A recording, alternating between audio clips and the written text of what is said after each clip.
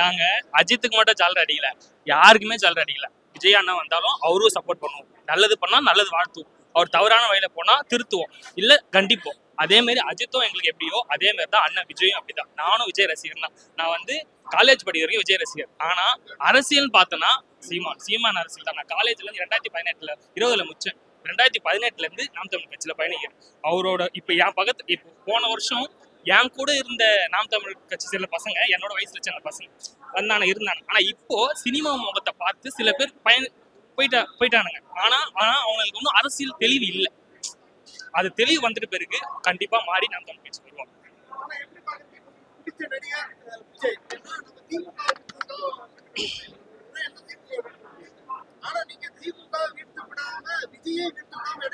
இப்போ திமுக வீழ்த்துற சப்ஜெக்டை விட்டுருங்க, நம்ம எடுத்து வைக்கிற கொள்கை வந்து திமுகவை எடுத்து வைக்கிற கொள்கையை விட நம்மளோட கொள்கை மேலானது.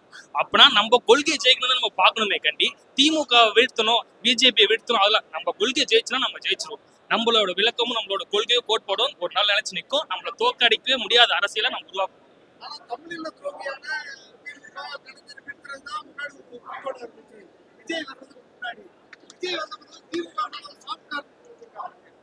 அது சாஃப்ட் கேரக்டர் எப்படி சொல்றதுன்னா, இப்பயும் நாங்க வந்து திமுக எதிர்த்துன்னு தான் இருக்கோம். ஆனா இப்போ வந்து விஜய் அரசியல் பண்றது வந்து மக்களுக்கு வந்து அது வந்து ஒரு தெளிவான அரசியல் மாரி தெரியல.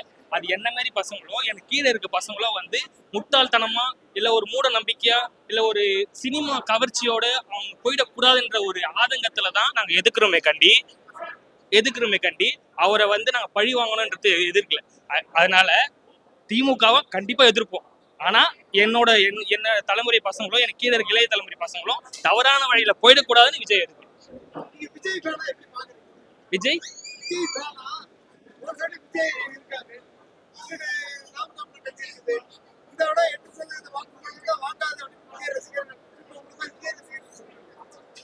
விஜய் ரசிகர் எங்களை 8% வாக்கு 2026 நான் சவால் விடுறேன். 2026 8% ஓட்டை விட அதிகமா ஓட்டு வாங்கும். விஜய் தனிச்சு நின்று எவ்வளவு ஓட்டு வாங்குறாரோ அவ்வளவு அதை விட அதிகமா நாங்க ஓட்டு வாங்குவோம். இது சவால் விடுறோம். அவங்க வந்து அதை விட நாங்க கம்மியா ஆயிட்டாங்கன்னா அப்ப கேளுங்க, நான் பதில் சொல்லுவேன். நாங்க கம்மியா ஆயிட்டோம்னா நன்றி. கண்டிப்பா பயம்தான். ஏன்னா நாங்க ஒரு பதிவு பண்றதுக்கும் டிவிக்கே பதிவு பண்றதுக்கும் நிறைய வித்தியாசம் இருக்கு. நாங்க பண்றும் போது அதுல வந்து ஒரு வீடியோல பாத்தீங்கன்னா 10 விதமான அர்த்தம் இருக்கும், தெளிவு இருக்கும், விளக்கம் இருக்கும், கொள்கை இருக்கும், கோட்பாடு இருக்கும். ஆனா அவங்க பண்றது பார்த்தோன்னா ஒரு விளம்பரம்.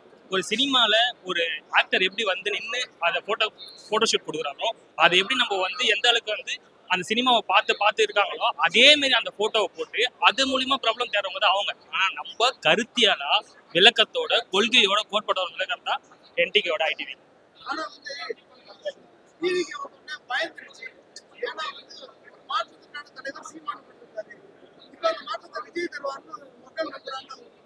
ஆஹா, மக்கள் நம்பல. மக்கள் இப்ப எப்படின்னா டிவிகேவோட ஃபேன்ஸ், விஜயோட டிவிகே ஃபேன்ஸ் கிடையாது, விஜயோட ஃபேன்ஸ் அவங்க தான் நம்புறாங்க கண்டி முக்காவாசி மக்கள் நம்பல.